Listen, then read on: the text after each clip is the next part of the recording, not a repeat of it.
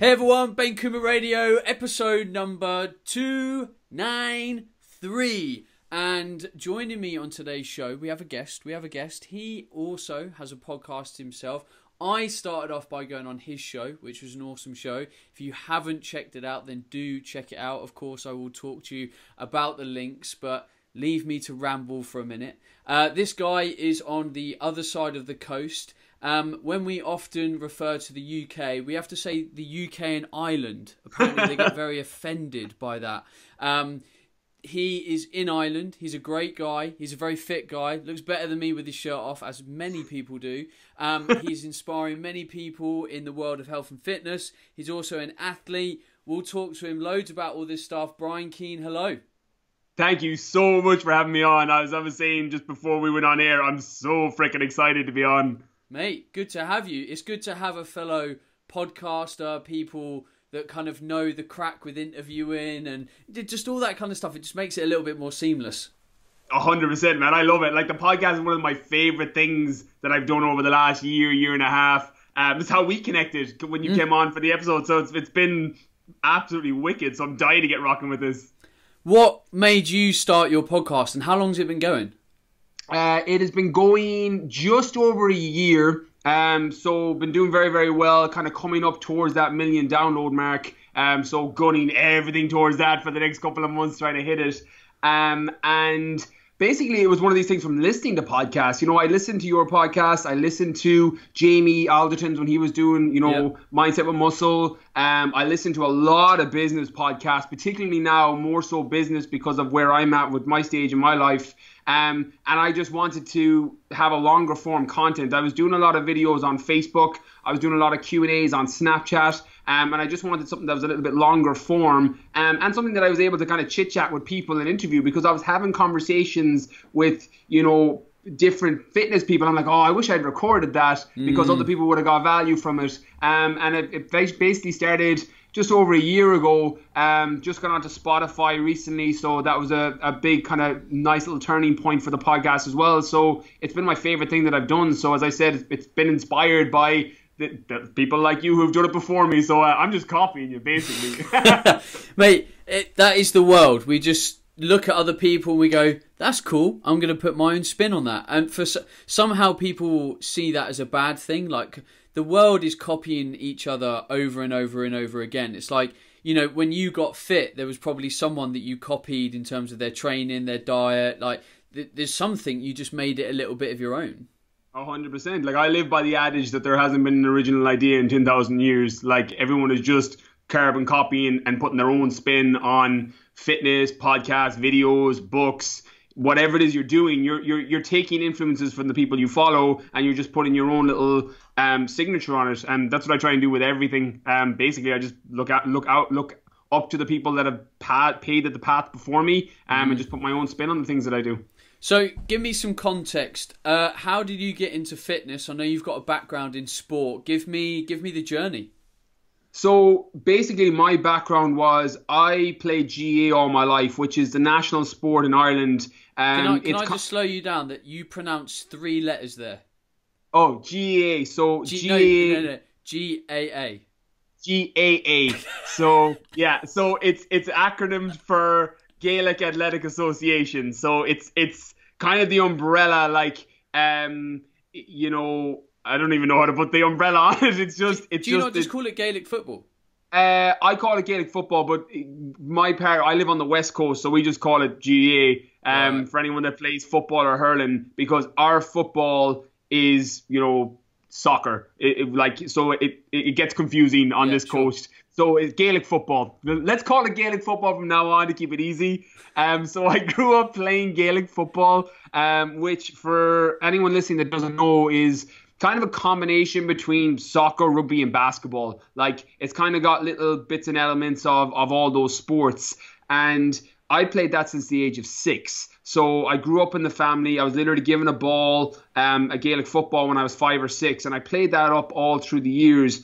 And when I was about 13, I played with a small little local club. We didn't have massive numbers, so I always played 2 or 3 age grades above my own age group. So when I was 11, I was playing under 16. When I was 12, I was playing under 18. When I was 13, I was playing under 21. And I was weak because obviously I was so many years below everybody else in terms of the way I was physically developed. So I started doing a lot of push-ups and pull-ups and different exercises in my bedroom at nighttime. And then I got a weight set when I was 13 and started lifting weights. Not something I recommend doing at 13 because I didn't have a clue what I was doing. Like I was throwing weights around. I'm like, oh yeah, this is going to get me so big and so strong. And, you know, I didn't know what I was doing. But I, for the first 3 years, was lifting weights in my bedroom and then joined a gym at 16. It was my birthday present from my mum and dad when I was 16 years old. And I used to, it tells you everything probably about my life, because I would come home from school. I used to skip our after school study and I would take my gym bag and I used to thumb to the gym. So back when you could hitchhike and thumb and it wasn't so taboo, like I'm not sure what it's like in the UK. I was in London for 4 years.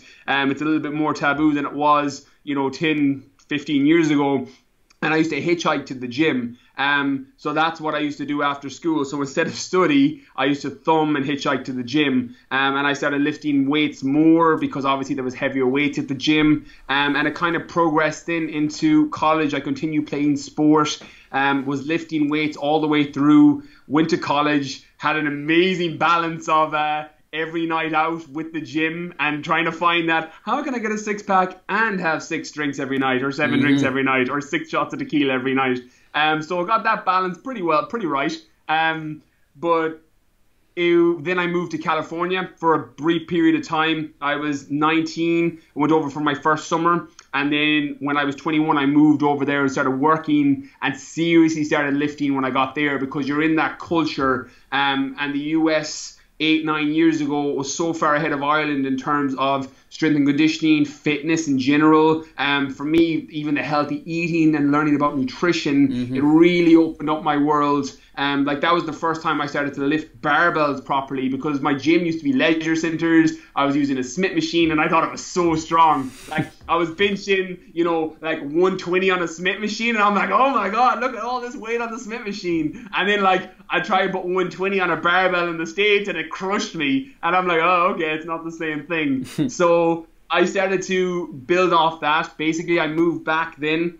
For cut a long story, slow down. What were you actually doing in California? Where did you go? I was working with Berkeley University teaching soccer. So I've got quite a long background of strength and conditioning, fitness, working with athletes. So I was teaching soccer with Berkeley University. So it was one of those right place, right times.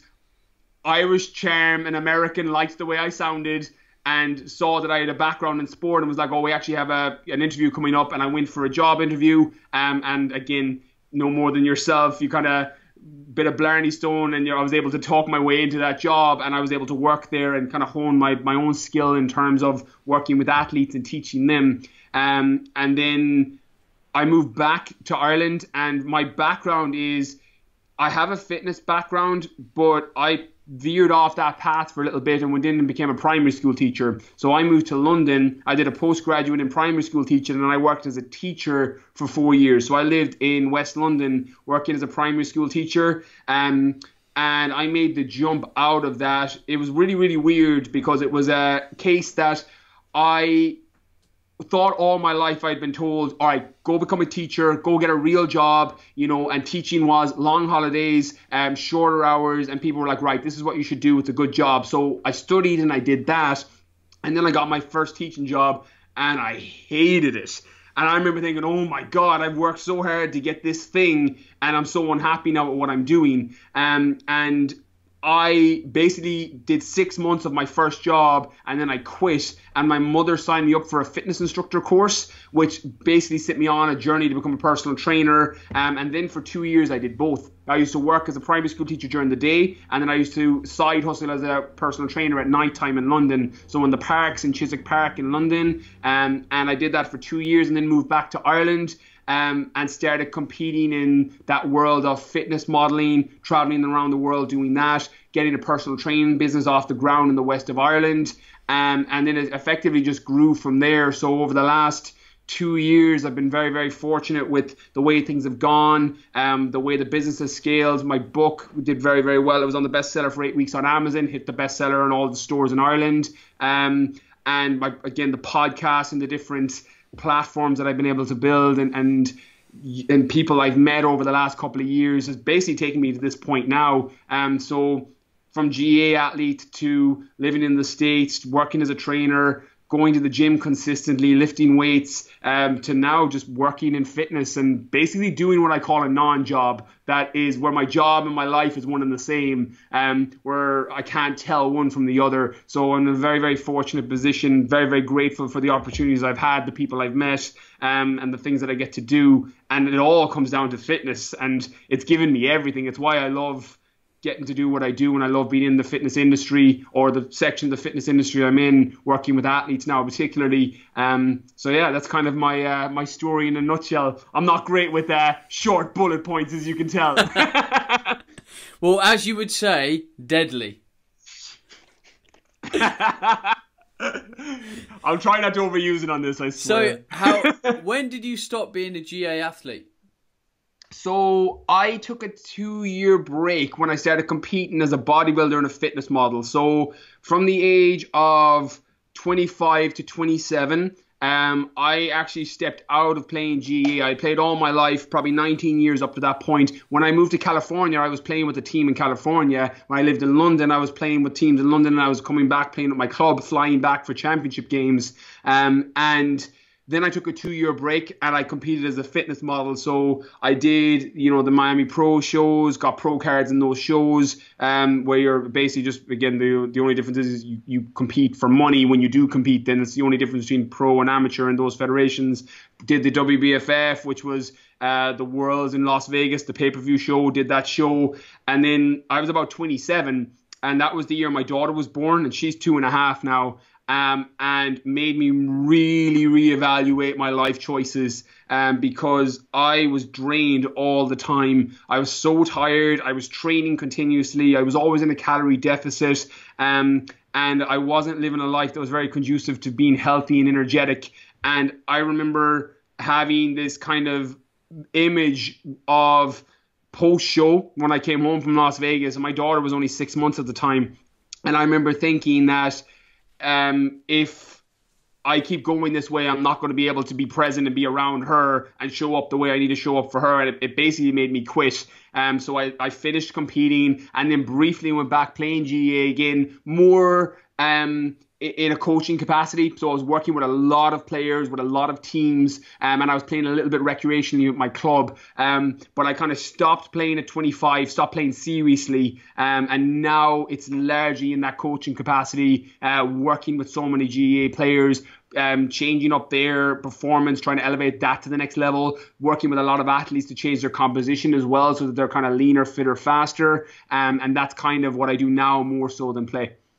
So it's fascinating, actually, and I like this because you've been from a pretty well-balanced, aesthetics has never been your key driver. Don't get me wrong, it's been in the background. You've wanted it, you've developed it, but the GAA has been the primary driving force behind performance. Yeah. Then you moved into bodybuilding. Do you think bodybuilding for you was a positive experience? What did you learn that you've taken away from it? Because you've obviously stopped, and yes, there were reasons for that. And what I see in bodybuilding is there's potentially a lot of the time a struggle to find a good amount of balance. For me, I'm probably the walking epitome of what you just said.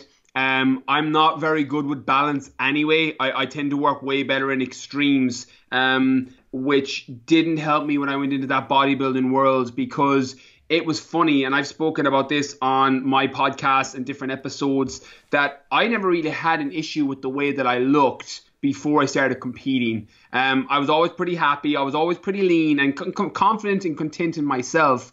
And then when I started competing, this weird cloud came over me. And again, I'll use myself because you're your own best example, and I would never speak for anybody else in any industry, particularly the competing world. But for me, what was happening was I, for the first time, started comparing myself to the way that other people looked, and I was questioning why I didn't look like them, because there's always someone bigger, there's always someone leaner, there's always someone more ripped. But what had happened for me was my bar moved. So even though I was happy when I was in GA, walking around lean at 12, 13% body fat with a nice little bit of muscle and an athletic frame, I went into the competitive world, and there was guys that were way bigger than me and way leaner than me, and I started to compare myself against them. And then I would ask that question of, well, why am I that big? Or why am I that lean? And then you kind of get into this bubble, and sometimes you can't see the forest amongst the trees, and you're in your own little world where you're not happy and content with the way you look.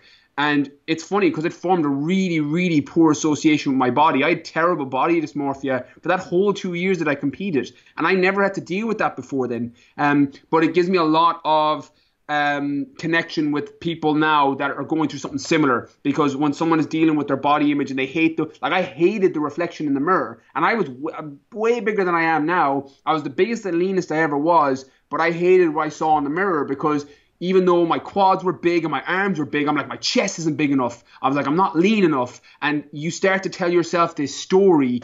And it's anytime I talk to any girls coming through my program or guys I'm working with, general fitness, that are dealing with similar issues, I'm like, look, there's 95% of you that looks incredible, and you can only focus on the 5% that you're not happy with, where the whole world sees you in a different light. But the identity you give yourself and the self-worth you have yourself is based off the 5% that you're not happy with. And it gives me context when I work with a lot of people, because I was there. And as I said, it was at the high end of first world problems. Like, there was people way worse off, but sometimes you get into your own little bubble, and I was just so unhappy with the way I looked. And as soon as I came out of fitness, I could see it towards my last show when my daughter was born. My why changed. The things that were important to me started to change for the first time. It wasn't about me anymore. And I started to take myself out of that. And I'm like, it doesn't really matter if I'm another 2 kilos heavier. It doesn't really matter if my abs are a little bit more ripped. I was like, none of that matters. On top of it, it wasn't helping me help and serve anybody else. Like, you can connect with this, because this is exactly what you do on your platforms. You're providing value and helping people become better versions of themselves. I see it on all your channels.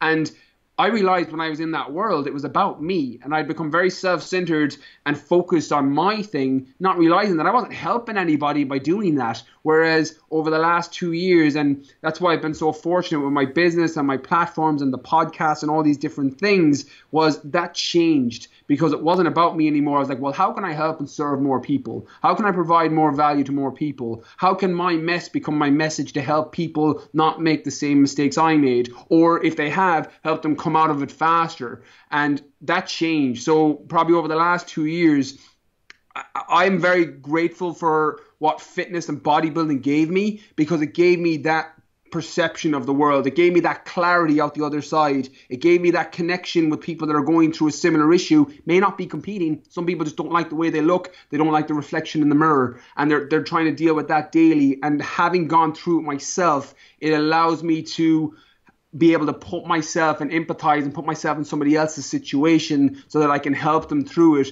through the first person view, because I've been there myself. So I'm so grateful for my experience through bodybuilding, because as much as when I look back at it now and realize how unhappy and how you're in denial during it, like, I wouldn't have told anybody I had body dysmorphia. Like, if you looked at my Instagram, you would have sworn my life was incredible, because I was putting up photos of when I looked my best. I was throwing back photos when I was at my leanest. I was putting up photos of traveling the world, taking a photo shoot, making everybody think that, oh, look how amazing my world is, because I was projecting my own insecurity and trying to hide it through Instagram. And that's why sometimes I have a love-hate with social media. I love social media, but I have that little bit of a 5% hate that sometimes what you see on social media isn't always really what's going on in reality. And I'm only using myself as that example, because if you scroll back 2 years ago, when I have photos from, New York or Las Vegas or London or wherever it is I was doing photo shoots, you would have swear that I had the happiest life ever. And it was when I was going through my own subjective dark period. But you'd never know that from social media, because I didn't project that to the world. I didn't let the world see that. And the only difference is now I'm able to look back and be like, look, this may help you realizing that not everything you see is the reality of what's going on within certain people. And it's just about focusing on what's making you a better version of you, not comparing yourself to other people, what they have, their body, their physique, their boyfriend, their girlfriend, their car, their house. Because at the end of the day, those external things don't matter. They may not even be the reality. It's just what you see. And to be honest, competing in bodybuilding gave me that. So I'm very grateful for that experience, because there's no way I would have had this life outlook and been able to help anybody had I not been through it myself. The process that you went through post bodybuilding sounds like it was quite organic. It sounds like you started to just realize where you're at, what had changed, why your ideals and values had changed. Was there any active processes? Did you sort of sit down and go, fuck, I can't get out of this sort of mindset that I'm in? Did you then go and seek sort of like any kind of help or go through any processes, or was it just quite organic? No, as I mentioned earlier, I'm really good with extremes. I'm not great with moderation on anything. It's been a blessing and a curse in different ways that it's been channeled over the years. But when I made the decision to quit competing, I was training in a high-end bodybuilding gym where there was a lot of competitors. It was very, very fitness industry. It was bodybuilders, it was men's physique, it was fitness models, it was bikini girls. That was the environment, and they were the people I was around day to day, and they were the people I was surrounding myself with. I won't call a lot of them would be acquaintances more so than close friends, but people I knew and saw on a daily basis. So for me, when I decided I wasn't in that world anymore, I had to, because it was basically a Pavlovian response, where I would step into that gym around the environment of the people that were in that world, and it would set off all these insecurities within me. Now, I take full ownership. They were my insecurities. It has nothing to do with the external world, but it was my way of processing it. I disconnected from that completely. I moved gyms. I switched some of the people I was hanging out with that were in that industry. And I basically just went the extreme the other way, where I would back playing with my football team, more so for the social aspect, and had to have something to train for. So I went back to my club training. I was helping them a lot because I was doing their strength and conditioning. So I still had a little bit of a foot in there, but I went back playing and I switched gyms. And as a result, over the space of 2, 3, 4 months, I was really able to pull myself out of it with a little bit of self-talk, enough self-awareness of, right, what's important to me? Because at the end of the day, it doesn't really matter what's going on externally. It's about, well, what are the 2, 3 things that are super important to you? And for me, it was my daughter. For me, it was my mum. And for me, then it was my business was number 3, my ability to help and serve more people. Like I only started my Facebook pages and Instagrams, 2, 3 years ago. So they're relatively new in the greater scheme of things. But it was down to that being number 3. These were the things that were important to me, and pulling myself out of the environment allowed me to see that. So it was organic in the sense of 2, 3 months I got to that point, but it was very extreme in the beginning where I just cut being in the environment and around the people that were triggering those responses in me. And again, it was on me. It's nothing to do with them. I've taken full ownership. That's my emotion, my feeling. But pulling myself out of that allowed me to see it more clearly, and then organically over the next 2 or 3 months, my path became clear, and that's basically what I've been doing for the last 2.5 years. So self-awareness is something that I've talked about a lot on the podcast, and you knowing that you're quite an extreme personality and that you will go all in on the environment that you put yourself in is a blessing and a curse. But what you did is you channeled it in the right way, and you said, right, this environment I'm in is negative to my current whys and the direction that I do want to go in. So actually I'm just going to remove myself. I'm going to shoehorn myself back into sport. I'm going to go all in. I'm going to work in it. I'm going to train in it. I'm going to invest myself in it. And really, all those past emotions in that environment are just part of the past, and this is moving forward. And I've got this theory around sort of different training disciplines. So if you take yourself or someone that potentially has a tendency to be quite orthorexic and sort of really go head in and potentially become quite unhealthy with healthy practices. Now, that person, and you could maybe look at this with someone that's got potential to be anorexic, for example. They could walk into a gym that was bodybuilding focused, and I would put my hand on my heart and say that 90% of people are going to come out of that environment negatively. Whereas you take that person and put them into a CrossFit gym, and I'm generalising here, I get this. But a CrossFit gym in general is a bit more like, they don't take life too seriously. Training is about performance and purpose. There's not a huge awareness of calorie intake. There's a lot of awareness around real food and just kind of being badass, but everyone still wants to have a beard and have a beer at the weekend and stuff. For me, you look at those two environments, and what we're looking at is someone going to the gym 3 to 4 times a week. But that stimulus of going to the gym 3 to 4 days a week could change their life positively or negatively. And the reason why I bring this up is I want people to listen to your story and hopefully our words and say, right now, is the environment I'm in conducive to the place that I want to go? I think that's probably, I love the quote that how you do anything is how you do everything. And I think if you can adapt that strategy to all areas of life, is going to enhance it because what I love about fitness is it's a metaphor for how you do anything is how you do everything, and putting yourself into that environment, and is it supporting the inversion? Like, you can't hit a target you can't see. So if you don't know the person you want to become, or you don't know what it is you're trying to hit or achieve, that may be just mental well-being, it may be physical fitness, whatever it is. You have to ask yourself that question: is the environment I'm in helping become that inversion of me, or becoming that version of me? Because again, and the only reason I'll offer is because I was there, and I know now that even when I'm trying to scale up my business, for example, which is my context for what fitness was for me once upon a time, am I consuming the right content? Am I around the right people? Am I going to the right courses? Am I spending my free time with the people that are moving me to the level I want to be at? And fitness is the exact same thing. Is your gym, is your environment, are the people, are the coaches all helping you become that version of you that you want to be? Like, the truth is, if you want to be the top bikini girl in the world or the top bodybuilder in the world, being in a CrossFit gym probably won't help. Nope.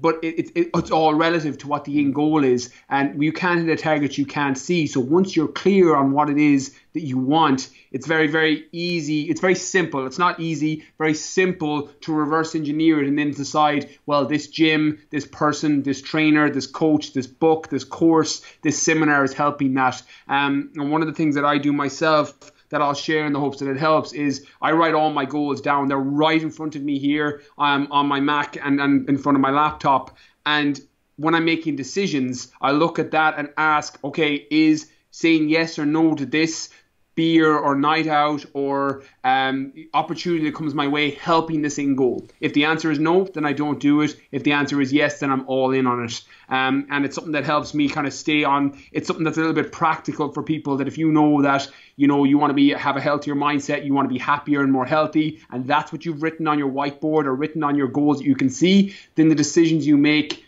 become a lot easier, because if it's not helping that end goal, then you say no. If it is, you go all in on it. Mm-hmm. I want to re-clarify, expand on the point of kind of like the bodybuilding example, because at no point do I say bodybuilding's bad and CrossFit is good, or everything is about context. But when we look at people that are struggling with, a lack of identity, a lack of self-worth, a lack of self-belief, self-confidence, when they go into the environment, they will not be able to decipher what that environment needs or wants them to do, and they will just get taken in fully by that environment. And if that environment is not going to mix with their personality in a conductive way, then a lot of the outcomes are going to be negative. And that's why I used the particular context and examples that I did. If I go into a bodybuilding gym, like if I walked in with Brian into his gym that he used to train in, I would take away and see what I need to see from that environment, because I have a lot of confidence as a person.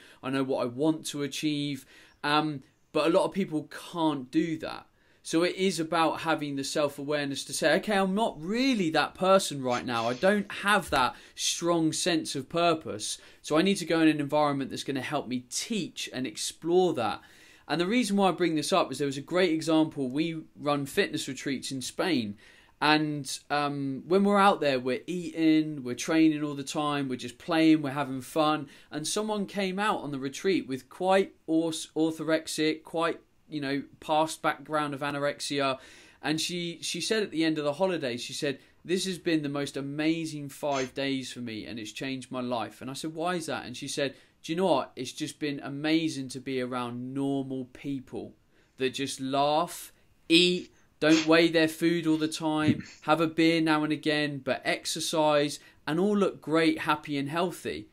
And I was like, I mean, that girl invested, you know, a trip to Spain or whatever. But again, it was just her environment. It was just a shift in environment to say, oh, actually, I can step over to that other side and see a whole lot more happiness in my future life.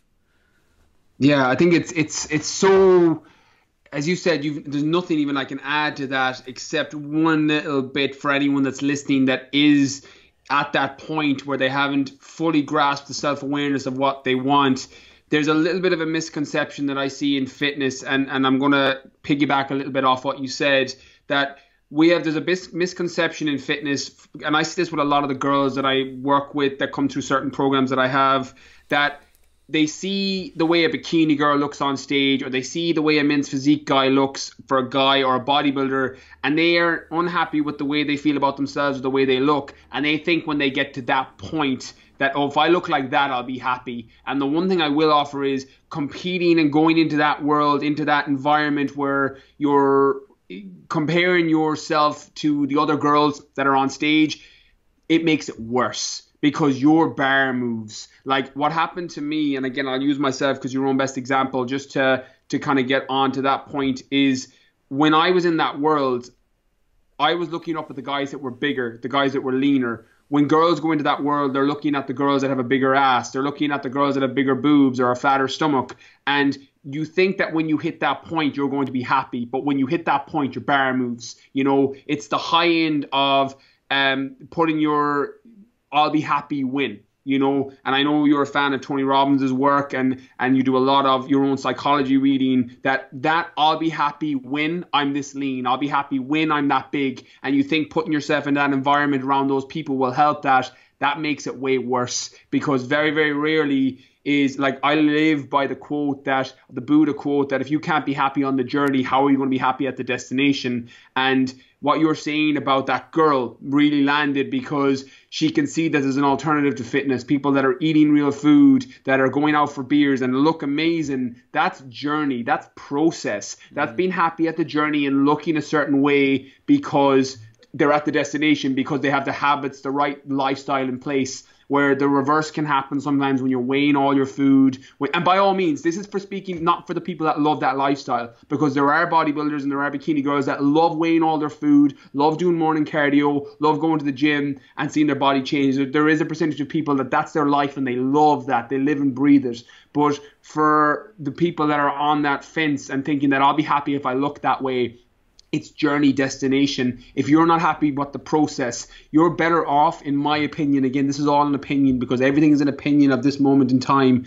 But my opinion is that if you are way happier going out for food with your friends, having a drink at weekends, going to the gym and lifting weights or doing cardio and training, and you're getting the body you want and you're happier as a result, you're going to be able to stick to that long term than grinding on a 6-week diet or a 12-week diet that's all broccoli and chicken, that you end up probably rebounding out the other side because you didn't enjoy the process, you didn't enjoy the journey. And it's something that's just worth, as you said, having the self-awareness. What is it you're trying to achieve? And then what's the environment you need to be? Who are the people you need to be around in order to get to that destination?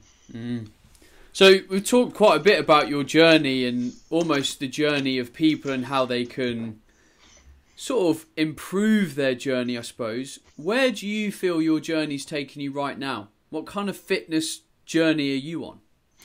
Well, for me, I work very well, as I said, out of extremes, and I also have to work well off big goals. I learned a little while back, probably in my early 20s, that I can't set small targets and get motivated. I have to set things that initially to me feel unrealistic. It sounds ridiculous, but it's the way that obviously my psychology works. I have to, Jack Canfield's BHAGs, big, hairy, audacious goals. If I don't set massive goals, I can't get motivated. So my journey at the minute, I'm training for the Marathon des Sables next year, which is the 256-kilometer run through the Sahara Desert in Morocco, self-sufficient, where you carry your food for 6 days. It's a marathon, followed by a marathon, followed by a marathon, followed by an ultramarathon, followed by a marathon. So right now, my fitness journey is all geared and training towards that. And again, I know people are listening, so if you don't know what I look like, I'm not built like a marathon runner. I'm 86 kilos, about 10% body fat, used to be a competitive bodybuilder. That's my build. So I'm not built for running in the Sahara Desert, 256 kilometers. But right now, my fitness journey is taking me to that. My fitness has evolved a lot over the last couple of years, that I love working with the athletes I work with, which challenges me in a mental way. But setting out for, say, the Marathon des Sables, which is the Marathon of the Sands, challenges me mentally, because I'm not built to run. I've never ran a marathon. I run 40 kilometers now on my long days, but I never ran, more than 20K up to that point ever in my life. And I know the mental difficulty of training for an event like that, and it's been difficult already because I live in Connemara in the west of Ireland. Like, I'm training in the hills and the back roads, but I'm going to be obviously doing the event in the Sahara Desert. My training now is for what is going to give me out the mental side. It's not so much the physical. It's not about the aesthetics. It's not even about it being a fitter version of me. It's about where is my mental limit, and then using physical external things to try and find out where that mental limit is and push past those barriers. And the reason I signed up for that event was the first time I heard about it, my initial response was, I don't think I can do that. And again, I love the Will Smith quote that he says that when he was early and young in his life, he started to attack the things that he was afraid of. And I live by the acronym that fear is false evidence appearing real. And I signed up for it that evening. I was like, you know what, fuck it. I was so afraid when I first heard and thought I couldn't do it. I've got to just lean into this, and I'll figure out a way. I'll reverse engineer it and break it down. And that's how my training has been. I started training the end of August. And I've started to gear everything towards that now. And I'm in pretty good shape kind of going into it now. I've built up to, I run 50 to 100 kilometers every week. My long runs are good. My heat conditioning in the saunas is all kind of gearing towards that. So my fitness now is changed, as opposed to being I want to be this big or this lean or this fit. It's okay, where's my mental barrier? And then using physical challenges and fitness challenges to try and push that barrier further to see where the limit is.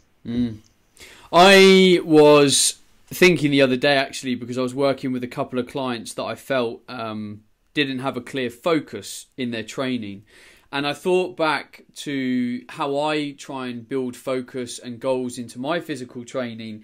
And I hadn't actually realised that kind of subconsciously from an early age, when I started my journey from going from obese to kind of slim, I started challenges, or gave myself challenges, right from day dot. So I remember I said, to celebrate being fit and not being obese anymore, I'm going to enter the Tough Guy UK race. So at the time, it was like one of the hardest kind of like adventure races. So this is like 12 years ago now, before there was Spartan race and all this kind of stuff. And I kind of look back at it now, and ever since I've kind of played rugby.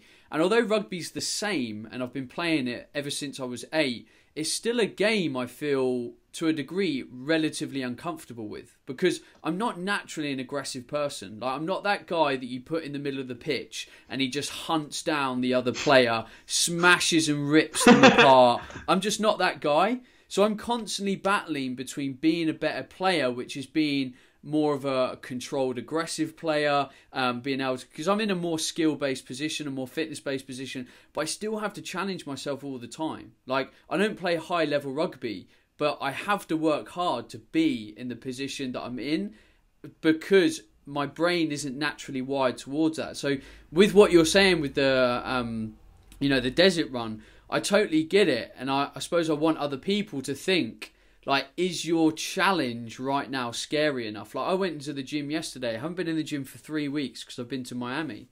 And I walked in the gym and I just looked around it and I thought, no one in this gym is challenging themselves. Honestly. I'm like, let's be fucking honest. Like, you're all just on a machine, and I don't want to sound like I'm being a dick, because they might be happy and that's cool. But if you're walking out that gym going, I want better, then you've got to raise your bar. And that's what you've talked about. Tony Robbins talked about this a lot when I went on his event. He said, where are your standards? Raise your standards, raise your bar. If you want there, then you raise the bar. No one else does. You don't get permission off anyone else. You raise the bar. Like you've just said, you reverse engineer the process, you create the plan, and you attack the plan.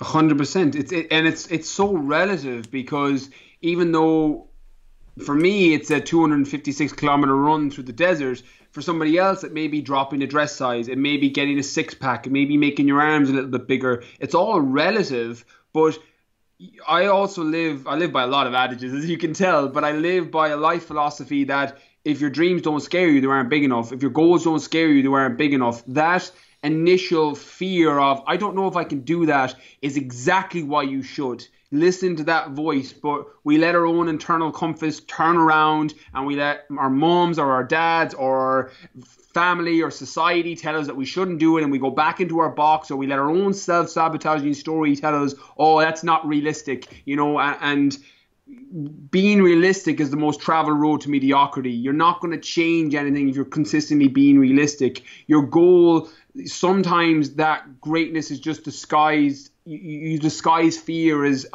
practicality.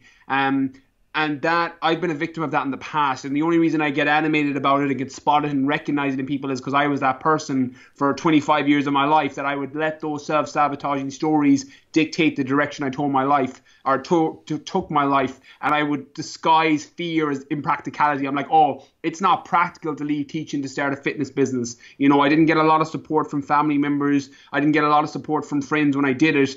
And behind every fear is a person you want to be. That scared the fucking shit out of me. The same when my daughter was born. Like, they're my two scariest moments in my life, was jumping from primary school teaching into starting a fitness business, and when my daughter was born, I was like, how the fuck am I going to be a dad? Like, it didn't know, and it's the best thing that's ever happened to me. It's changed my entire trajectory of my life, because everything changed because my why changed. And if you're not challenging yourself and you're letting that story you've told yourself of, oh, I'm not going to push myself that hard in the gym because I might get sick, or I'm not going to go to that trainer because it's a waste of money. All these stories that, maybe just self-limiting beliefs that you've created. And, Vincent van Gogh said that this comfort zone is great, but nothing ever grows there. And training is the same. Life is the same. What I love so much about fitness is its metaphor for life. When you're in the gym and you're pushing past points that you didn't know you could push past, you're adding that extra 2.5 kilos to your squat bar, you're running for that extra 2 or 3 minutes that you didn't think you could, you're lifting that rep that you never thought you were going to be able to lift, and that translates into all areas of your life. When you are feeling feedback and resistance in your relationships, you're going back to that reference point of when it hurt, and that all the growth came out the side of resistance. So when you're working through your relationship, or you're working through your job, or you're working through your family difficulties, out the other side is the resistance is making you a stronger version of you. And when you lean into that, it makes it so much easier to reframe it, because everything is the way we see it. Nothing is good or bad, but thinking makes it so. And whatever story you tell yourself is effectively how you're going to live your life. So reframing it, that resistance and the difficulty and the challenge is a positive thing, translates into all areas of your life, and fitness is just the doorway to that. It gives you the first step on the ring, and then you can translate it into all areas. Yeah, that's my rant over. I'm done. You ended that so much more abruptly than I thought you would. I thought there was another 15 minutes in there. Yeah, I was like, oh shit, we're on time. I'm like, Brian, shut up. It's like someone just put a euro in that man. Brian, I should probably wrap up the show, because we're coming up to an hour of spending time with one another. I love conversations like this, because I think they're, so much more meaningful than, just reps and sets and broccoli and chicken and shit. And, if we can help people change the course of their life, think critically about something, work through some pain, challenge themselves with a little bit of fear, perfect. And I think, if anything, from this podcast, like one of the things I don't think we've talked about enough on the podcast is actually we get that things and change is scary and there's an element of fear, but no one's saying that you've got to go and do the Marathon des Sables next year. People are saying that maybe the next step for you is to actually just go to the gym, and maybe the next step is to do a half marathon, and then the next step is to do a marathon. And that's how we build ourselves. We build ourselves through rising through challenges where we go, actually, that's a bit fucking scary, that. But actually, there's a part of me that thinks I can do it. So you go and do it. And then again, you just raise the bar. You raise the bar. You set a new challenge. And I think even listening to you, I'm already now thinking about my next challenge. The other day, I was actually thinking of trying to get on the cover of a UK fitness magazine. Yeah, I'll fucking buy that magazine. You and my mum. Why? Because it's something that I've never thought I've really been able to do. I don't think I've naturally got that, kind of fitness model-y kind of physique. But again, it's one of those things to say, well, why not? It's another personal challenge. It will add to my career development as well as being a physical challenge. Anyway, who knows? Yeah, I look forward to that 100%. Like, the initial feedback, if you felt any resistance on, I don't know if I can do that, there's your fucking sign. Like, lean straight into that. And do you know what happens? It's so funny because when you choose a goal, and even if you miss the perceived target, it's the old aim for the moon, hit the stars, because you'll at least have stretched yourself. And when you can look back, and even if you, from the outside world, it hasn't been a success, I didn't finish the Marathon des Sables, you didn't get on the cover, but you pushed to your physical and mental limit and you left everything on the table, there's unbelievable clarity with that, because sometimes it's not about hitting the end target, it's about the person you become on the journey as you try and hit it. 100%. Brian, for people to discover where you're at, where you hide, where you frequent, what is your podcast? What are your social media links? Where can people get some cool shit? My podcast is the Brian Keane Fitness Podcast, which is on iTunes, Stitcher, YouTube, and now Spotify. My Instagram is Brian Keane Fitness with an underscore in between. My Facebook is Brian Keane Fitness. And my Snapchat, which is the one I was late to the game at, it's why my name isn't the fucking same, is Brian K019. I know. Yeah. Like, I was so late on Snapchat. I'm like, shit, Brian Keane Fitness. I'm like, who else took Brian Keane Fitness? I'm like, fuck you, other Brian. Like, so Brian K019 on Snapchat. And I'm on all of those. I put different content across all the platforms. I'm super active on all of them. So yeah, you can check me out. If you thought I was a dick, maybe don't go on it. If you liked what I was talking about, maybe go check them out. Nice. I think you post some great content. Obviously, if you want to go and listen to my interview on Brian's show, then go and have a listen to that. Just if you're unsure listening to this, Brian's second name is Keane. Just in case you're thinking, because I know you guys don't hear it, but when you've got an accent, you don't always sort of hear the way that you pronounce the word. And I would say Keane differently to how you would say it, and I pick up the letters, but I wouldn't on how you'd say it, basically. Yeah, I'm very aware that a lot of the words I say, and I'm working on slowing down, and I'm aware that doesn't make any sense. Don't know what he said. So I'm working on it. It's there. It's coming. Brian, thanks again. For people that have come over from maybe Brian's side of the fence, we hope you enjoyed the show. Potentially check out some of the other shows that you might be interested in. There's a lot going on with mindset, with fitness, all sorts of stuff. If you've enjoyed this show, just like my show, just like Brian's show, leave us a review on iTunes. It means the world to us to get that little kind of thumbs up. It also helps us in the iTunes algorithm for more people to see our show and to be able to do good things. If you see the posts on social media, us posting on Facebook, on Instagram, let us know what you think about the show. Engage with us. Maybe share your story. Maybe share your next challenge because you've been reflecting on what we've said today and you say, do you know what, Brian and Ben? I'm not doing enough. I'm not challenging myself enough. My bar isn't set high enough. Tell us about it. And I know a lot of people don't like talking about this kind of stuff online. They kind of feel a little bit exposed. Fuck that. Rise up. Be the person that says, Brian, you inspired me to go and do X, and I'm going to go and do it in June 2018 or whatever, do that. That would be really awesome. Ben, I cannot thank you enough for being on the show. It's such an honor. As I said, you were one of the inspirations when I started the podcast, because I was looking at the top fitness ones and I'm like, I just want to try and hang in there. So for coming on your show was such an honor. So thank you so much, and a massive thank you to everybody who's listened to it. Yeah, awesome. Well, thanks for offering such value. I think today's show's been awesome. Right, Brian, we're out. For everyone listening to the show, thank you. In the meantime, stay awesome, and I will see all you beautiful people next week. Stay awesome. Goodbye. Hey everyone, Ben Coomber Radio, episode number 292.